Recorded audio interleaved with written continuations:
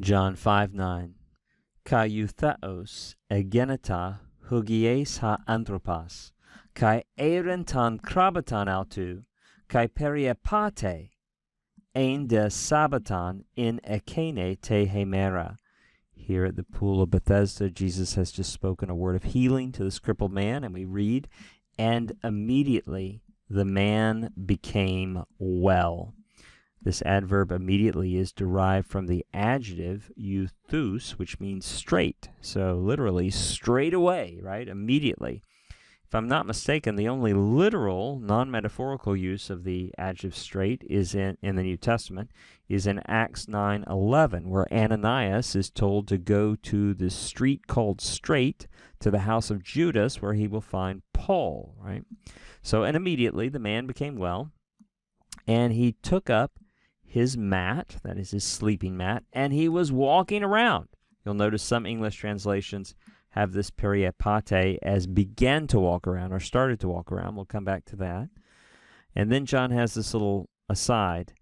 And it was a Sabbath on that day, or we could also just render Sabbaton as the subject. And a Sabbath was on that day. Let's take a little more look at this periepate. What is the lexical form of that? The lexical form of that is peripateo. When we write that down, we note that that is a contract verb. It has a prepositional prefix, so the augment is going to come right there, as it does up above. We have an augment. But then you may look at that ending and you think, well, wait, if I have an augment, I'm thinking it's going to be an imperfect or an aorist, but that looks like a present ending. What is that? Well, don't forget, this is a contract verb, right? The last letter of the stem is an epsilon, alpha, or omicron. And so when we add in our regular endings, they crash and they result in new and unexpected endings.